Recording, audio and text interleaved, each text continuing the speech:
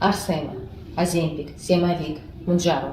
Bu preparatlar hozir ko'pchiligimizga tanish, ozishda qo'llaniladigan preparatlar.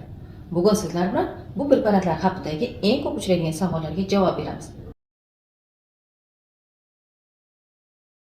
Bu preparatlar ko'p jihatdan xavfsiz, chunki ularning ta'siri juda ham oddiy, ya'ni ular ovqatni oshqozondan o'tishini sekinlashtiradi va siz o'zingizni uzoq vaqt to'q his qilasiz. Bundan tashqari, ochlik va to'qlik markaziga ta'sir qilib, siz to'qlikni yaxshi his qilasiz, ochlikni esa uncha sezmaysiz. Qozon osti bezidan insulin ishlab chiqarishni rag'batlantiradi va saharni tushirishga yordam beradi. Shuning uchun qandli diabetda ham qo'llaniladi. Eng ko'p uchraydigan organizmga yomon ta'siri bu ko'ngil aynash va qusish. Bu ham preparatni qabul qilganingizning birinchi kunlarida kuzatiladi, keyinchalik o'tib ketadi. Bu preparatni qabul qilganingizda albatta to'g'ri ovqatlanish qoidalariga rioya qilish kerak.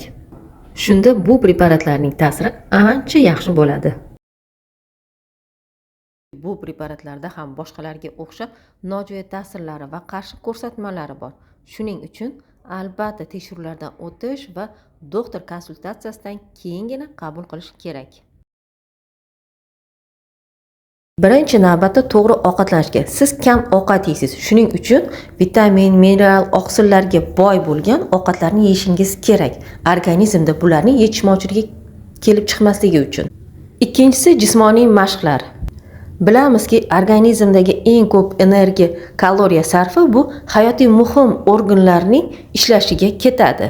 Ozayotganingizda esa ishlamay turgan muskul va yog'lar kaloriya sifatida yoqiladi, ishlatiladi. Faqat yog'lar ketib, muskullar qolish uchun siz muskullarga ishlov berishingiz kerak. Shunda tanangiz osilib qolmasdan chiroyli bo'lib ozadi. Tashqari Ozempic face degan tushuncha bor. Ya'ni yuzdagi muskul va yog'larning ketishi oqibatida yuz terisining osilib qolishi.